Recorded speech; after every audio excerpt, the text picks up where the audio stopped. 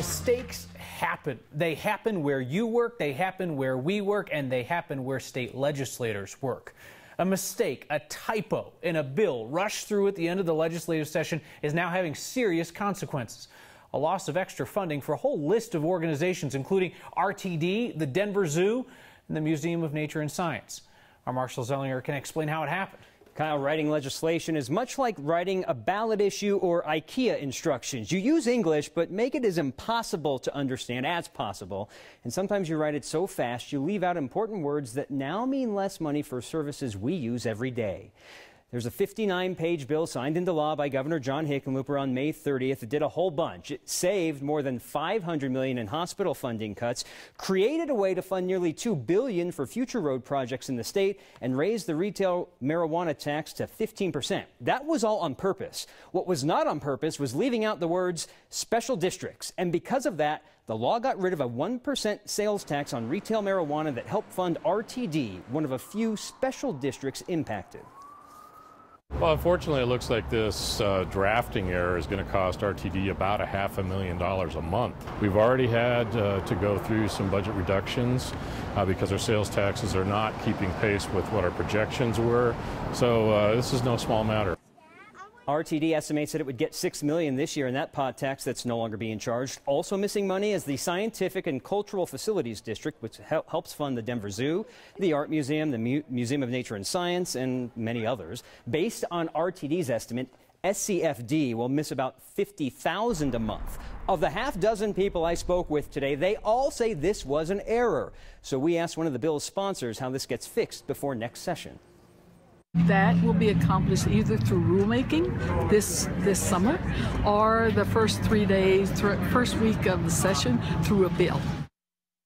Kyle, one source told me when everybody missed it, it shows you how intricate it was. Maybe we should just start writing bills in English. That makes some good sense. Rulemaking, likelihood of that happening? Not much. That means like interpreting it. I think they meant this. That's not going to happen. Yeah, so most likely next year. That's too bad. All right, Marshall, thank you. Congressman Edy Perlmutter is done. Done with the governor's race, done with Congress. A source close to Perlmutter says he'll pull out of the Democratic primary tomorrow and will not run for re-election representing Denver's western suburbs. Perlmutter, always the happy warrior, out shaking every hand, turning cartwheels in summer parades. He just isn't having fun anymore, according to someone on the inside. From front runner to rear view in 3 months. Let's look at the road ahead. Who are the winners? Anyone running for governor not named Edy Perlmutter. That sounds sarcastic, but it's true. Congressman Jared Polis might have just saved a few million of his own dollars that he would have had to spend to get past Perlmutter in the Democratic primary. And every other Democrat running has to think their long shot odds get better. Other winners? Every Republican running, and there are like a dozen. Perlmutter's departure moves the Democratic field and the state party to the left. Lefter, yeah, over there. The Democratic base will love it. And so will Republicans. Who are the losers? I say the people of the 7th Congressional District. Not to say that those who are running and will run to replace Perlmutter couldn't do a fine job. But if elections are performance reviews for politicians, along with Democrats, there were a lot of independents and even Republicans in that district who were very pleased with Edy Perlmutter's work. That is no small thing when Congress is trusted about as much as used car salesmen and journalists. The race for governor is likely to see several more big-name Republicans and perhaps still a significant Democrat to join. Beware anybody who tells you that they know how this is going to shake out, because they were probably the ones calling it Perlmutter's race to lose earlier this spring. Denver Mayor Michael Hancock's big affordable housing announcement today stressed the urgency of the crisis. People need a place to live now. But when we started asking about these affordable housing units, we found it's more of an idea. And you can't live in an idea. But we know many residents need an affordable option today, not a year from now. So I'm excited to announce that we will pilot a new partnership to open 400 existing vacant apartments to low and moderate income residents struggling to find an affordable place to live. That was the announcement. Our questions were simple. Where are these 400 vacant apartments? How soon can people move in? How much is rent? Who qualifies as low income? So we asked the mayor directly after his State of the City address. Those are in partnership with Denver Housing Authority and some of the apartment owners that we have around the city. So they're throughout the city, probably some of the newer developments. We'll get you specifically where they are. Well, that didn't work out so well. Turns out that they are nowhere at this point. The mayor's office later told us that this is in the conceptual phase. They are just beginning to look for the vacant units with willing owners. The mayor's office said that we will know more after this fall. To quote from the mayor's own speech today, we know many residents need an affordable option today. This, again, is the part of our program where we would love to be talking with Republican Senator Gardner about his party's health care plan, but for weeks we have been unable to convince Senator Gardner to join us here. Governor Hickenlooper, on the other hand, a Democrat, boy, he talked our ear off about the Senate bill, which the governor claims would cut $1.5 billion per year from Colorado's Medicaid budget. He says it would threaten the health care coverage of hundreds of thousands of working Coloradans. It would simultaneously provide billions of dollars in tax cuts for the wealthiest Americans and the largest corporations, more than $230 billion in tax cuts to the wealthiest individuals. And when I talk to them, most of them really are not asking or seeking those tax cuts.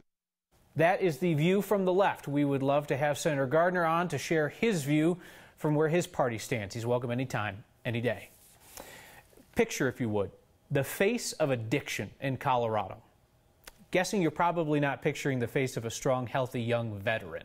That face was Venus Vasquez's husband, and his name will be recorded among the hundreds of Coloradans to die of an overdose this year. Well, the last 4 months have been hell.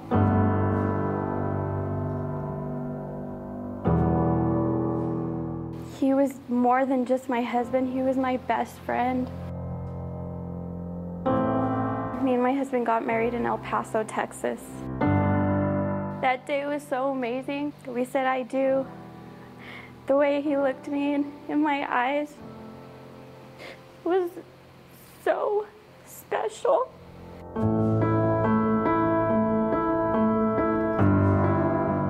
My husband passed away March 17th, 2017 from a drug combination intoxication of codeine, meth, Adderall, Xanax, and what topped it off was heroin.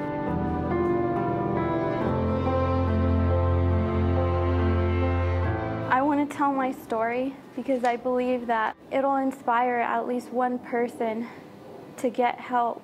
Those drugs, especially heroin, it snatches your life away. I was always his #1 person, and I'll never forget him. But I know I do have to move on. There's so much life out there.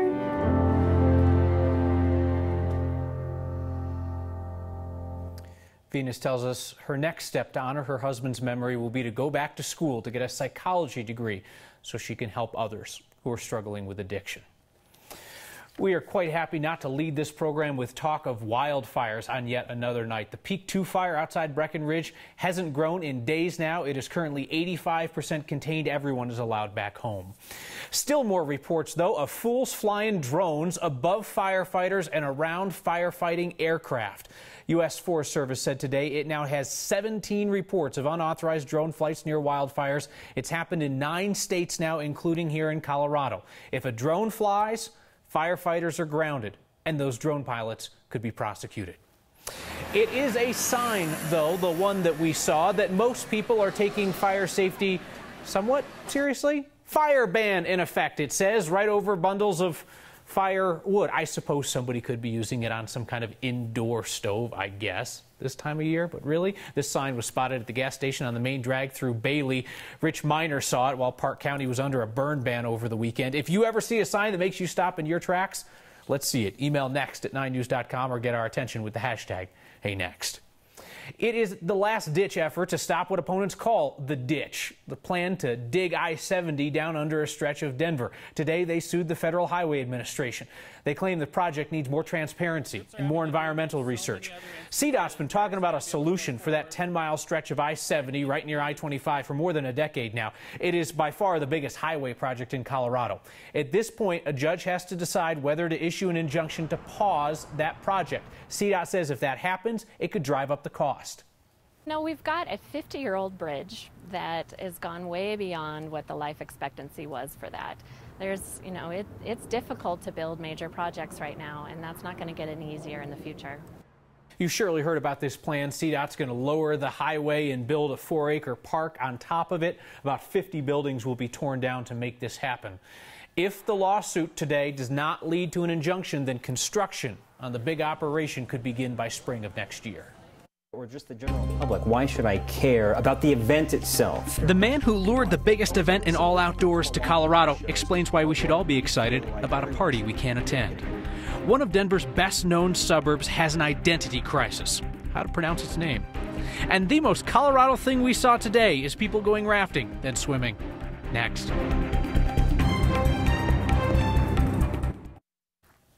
The most Colorado thing we saw today is a whole bunch of people getting schooled by the same rapid in Golden. This is Clear Creek, inviting tubers to vacate their tubes and enjoy a brief swim. Our sports guy Aaron Matus saw this yesterday as it seemed that every single person was getting stuck in the same place. There were a few who escaped without a dip and the loss of their tube. Most, not so fortunate.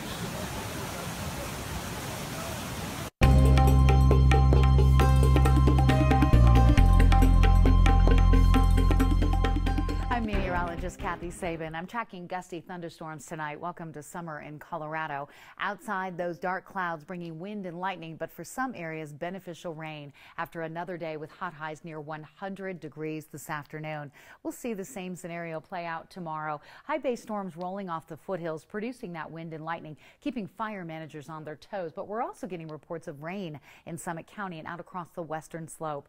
We have just enough tropical moisture coming up from the southwest that with heating of the day, we're seeing these scattered storms develop almost each and every afternoon. Pretty typical for mid-July. We'll have sunshine to start, clouds by noon, and then those afternoon thunderstorms, which, if we're lucky, will produce a little bit of rain. And tomorrow, the heavier rain looks to be south and east of Denver. Mild mid-60s tonight as skies clear late. Tomorrow, partly sunny, 20 to 30% chance of afternoon storms. Temperatures above average, but not quite as hot as today. We'll see a similar forecast on Wednesday, a cooler day on Thursday, and then the ridge rebuilds over the area for the weekend and next week, with high temperatures soaring back close to 100 degrees, Kyle.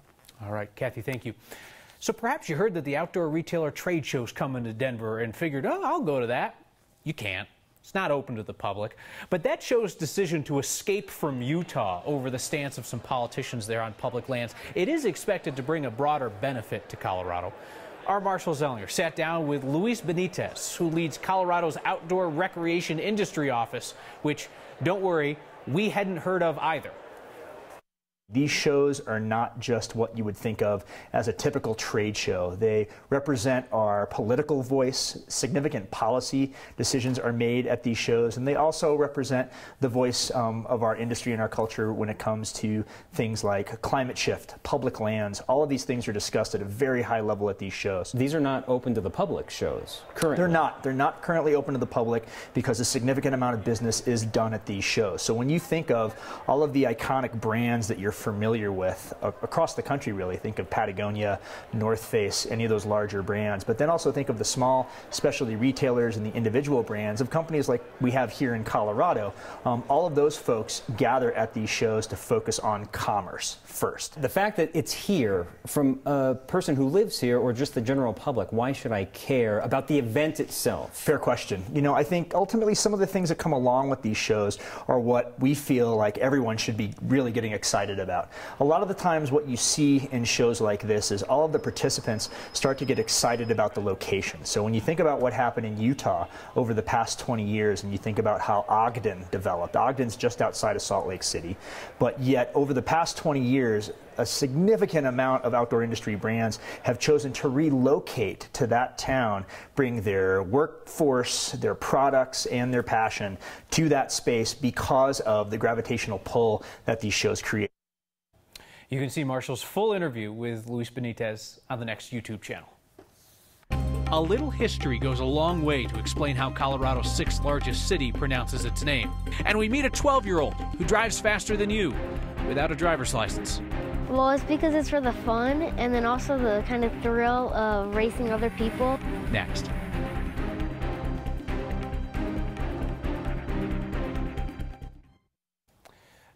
Colorado's mispronunciation epidemic doesn't just impact small towns or rural areas. I mean, consider the city just north of Denver, one of Colorado's largest.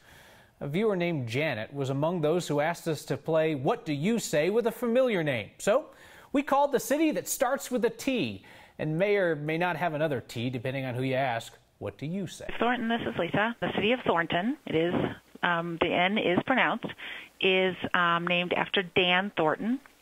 He was a two-term governor of Colorado, and he was a rancher.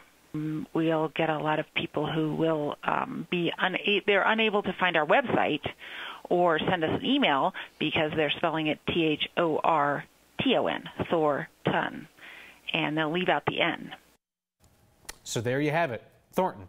Send us in search of a pronunciation that's always eluded you, or let us settle a bet with a mispronouncer you know. Email next@9news.com or give us a shout with the hashtag #HeyNext. Bless you. If it seems like Dominic Petit is awful experience behind the wheel for a 12-year-old, consider that his parents steered him toward racing at age 5. Now he's beating the adults, still doesn't have a driver's license.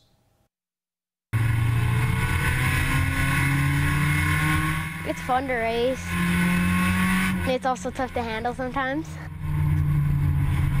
On the straightaways, whenever we're going down the straightaways, I'm getting 60 on this. The nerve of it's kind of gone down since he's in a bigger car. This is my first season racing it. It's a nice big car to race. I'm amazed on him wheeling that car. You know, there's many times where, I mean, you're close call racing, and there's a 12-year-old kid racing a grown man, and he's not plowing down their bumper. All right, D, now. Under. I do videotape him. That's who you hear on the videos is me yelling for him. Go, baby, go!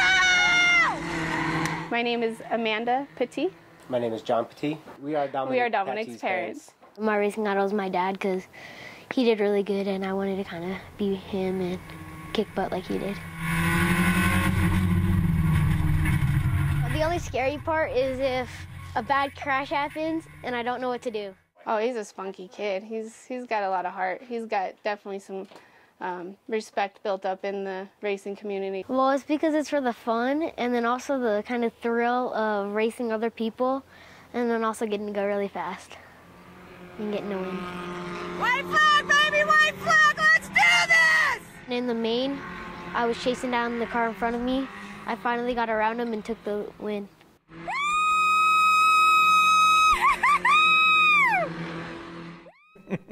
The yelling is by far the best part. So you probably had the same question that we had.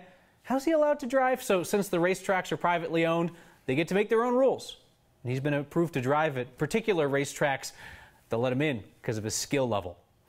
Next, it's your chance to do something to make Colorado a better place to live. And it's not burning this jacket, although judging by your feedback, tonight we close with a recommendation, and this time it's something to do. If you live in the Denver area, volunteer. There's no excuse. I don't know where to go volunteer. The city of Denver has rounded up a bunch of ideas for you. You can sign on there, adopt an area to maintain or clean up. The city will even lend you tools like rakes and shovels, that sort of thing, hand you the trash bags. You can get free graffiti removal supplies. All you need is a willing heart. There's information on how to get involved on the next Facebook page. We finish, as always, with your feedback and some bipartisan feedback on holding people accountable. Brian says, way to nail the mayor on his pipe dream, this affordable housing. And Tina says, appreciate the effort to bring Senator Gardner to the table on health care. And then a bipartisan thought from Mark Pratt, who writes, holy hell, what's going on with that jacket? You should just see what I come up with next time.